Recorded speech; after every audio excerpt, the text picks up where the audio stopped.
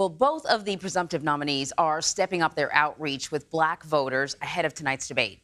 CBS News polling finds President Biden still holds a major lead with the group over former President Donald Trump, but that support continues to lag behind his 2020 performance.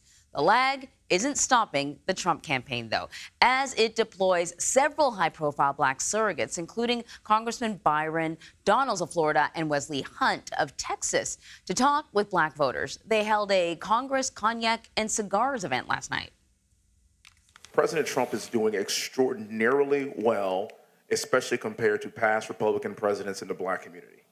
We're looking at the polling, we're seeing the trends, we're realizing that black issues today are American issues. So what can we do to take not just the polling, but then make sure that we get bodies to the polls in November? There's an indictment of how the party, the Republican Party, has run itself the last 60 years, is that it never took the time to go engage black voters and say, there is another way. Come listen to us. Campaign reporter Taurean Small was there, and he's joining us now from Atlanta. And this wasn't the only event the Trump campaign had planned. Trump called into another event at a barbershop, and he repeated the claim that we've heard from him before, that his felony convictions have actually boosted his support among African Americans. I want to play what he had to say. But since that happened, the black support, I think my representatives will tell you this, the black support has gone through the roof. Yes, it has. And I guess they equate it to problems that they've had. So my question to you, based on the voters that you've spoken to, does that argument move them? I mean, why is it that they are supporting Donald Trump? And Marie, black Republicans would tell you that that is a very convincing argument for the president to make. A lot of conservatives believe that black Americans have had their distrust of the criminal justice system, so it just makes Donald Trump more relatable. But black moderates, black Democrats and independents say they aren't too convinced by that argument. In fact, some of them see it as offensive.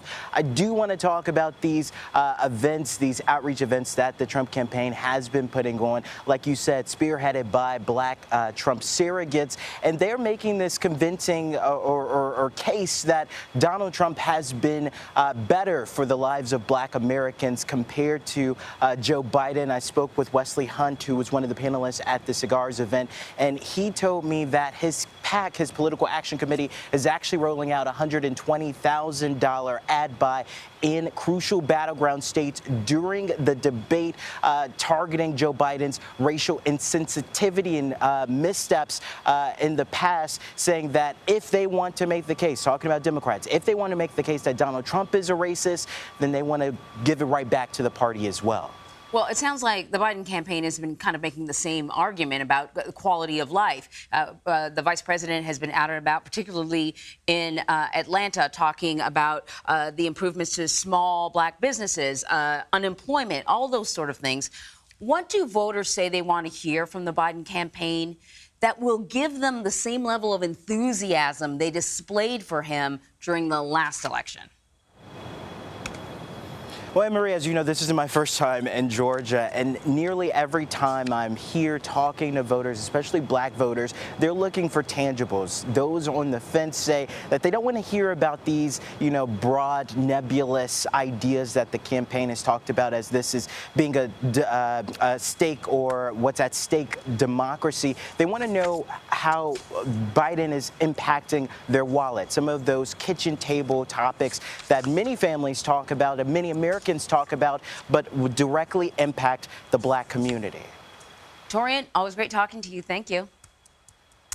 Well, don't forget, you can follow along with CBS News 24/7 for tonight's debate. Coverage will begin streaming today at 5 p.m. Eastern with America Decides. The debate begins at 9 p.m. Eastern.